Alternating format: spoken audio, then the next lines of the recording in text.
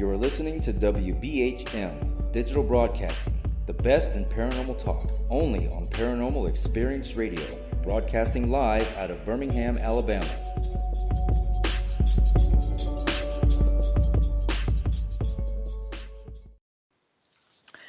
"45 minutes past the hour, and you're listening to Ghost Talk Radio with me as your host, Shelly Robertson. I invite you all to join us in chat at WBHM-DB.com, where you can ask any questions you may have or tell about any psychic crime-solving stories you might have. If you missed the first part of the show, no worries. You can always listen to the full show archive on Spreaker, Google Play, iHeartRadio, and iTunes. Okay, so tonight we've been talking about crime cases and how they were solved with the help from psychics. Okay, so this next case comes to us from, and it was Psychic Deborah, actually. And this happened in 2005. And Psychic Deborah, she was contacted to help in a missing person case. And she first touched on this gal named Angie, her spirit. She knew she would have to tell Angie's mother that her daughter was in spirit and no longer with us in the physical. Okay, now this all went down in Missouri, and it actually involved two psychics, Deborah, who was from Kentucky, and Psychic Joy, who lives in my current home of Indianapolis, Indiana. And this gal named Angie Yarnell of Missouri, she went missing, and her family and parents say she didn't just run away, and she wasn't, just walking away from responsibilities and didn't want to be found. And so actually it was Angie's mother who decided to contact Deborah.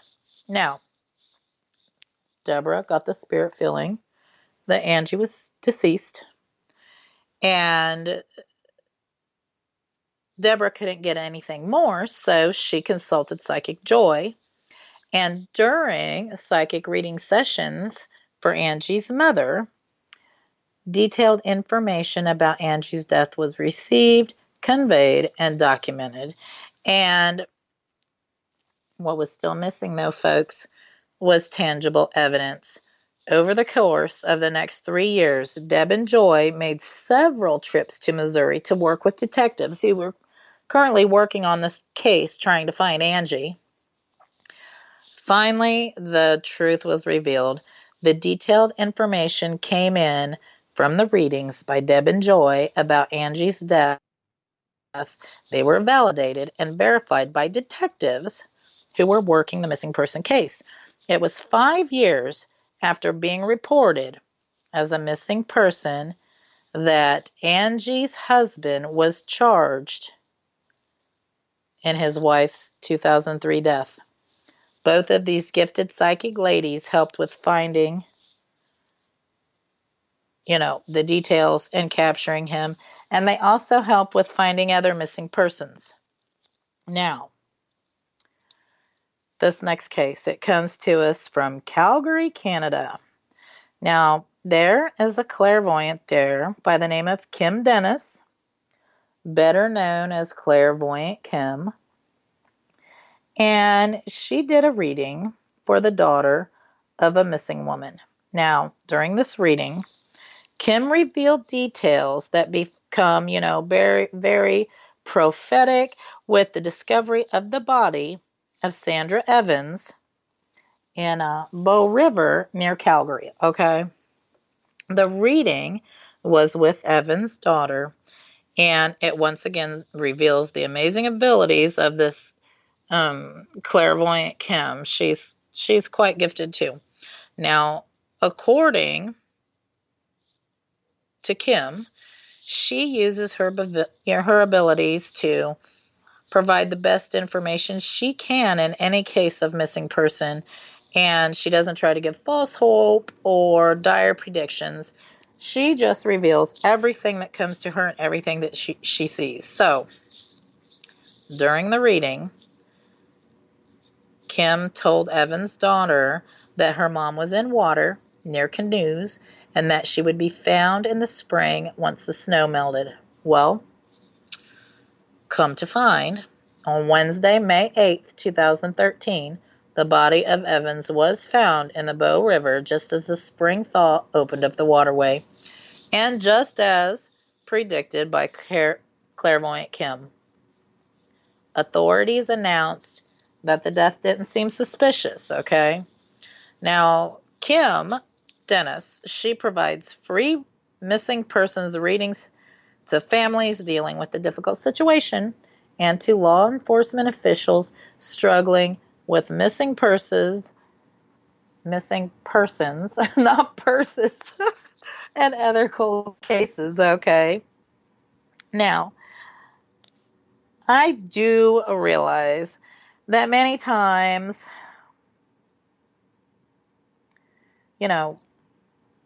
it causes people to be skeptics when, just as with any profession, people are frauding the system, okay? And what that initially causes is many of the credible people who are actually gifted psychics, okay, it causes them to get a bad rap, all right? Because I know we've all heard of some frauds out there that are just trying to rake money in off of people. But I just have to let you all know, if you are in need of a psychic to help locate, a lost or missing loved one, do your research.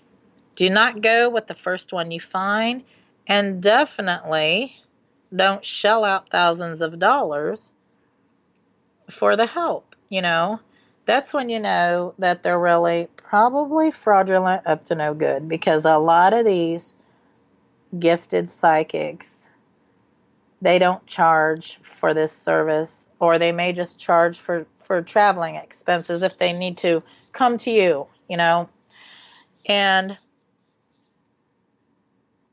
that's more likely what you would expect, to pay just for some traveling expenses. Now, I will tell you, I want to talk about a little bit of stuff about what's going on at the jail this month and maybe part of next month. And I want to let all my listening friends out there know that we do have all of 2019's event schedule up and posted on our website, 187pi.com. All of the events that me and my research team are going to be doing this summer, and we do have, and I'm going to speak a little bit about it and kind of promote these a little bit, because we're doing which we did a birthday party last year for Gary Murray, and it turned out just simply fantastic. And we got a lot of good evidence. We think that Gary Murray enjoyed the party. So we decided for our resident spirits this year, the ones that we do know their birthday, we decided to do an experiment this year, and it's called the Birthday Series.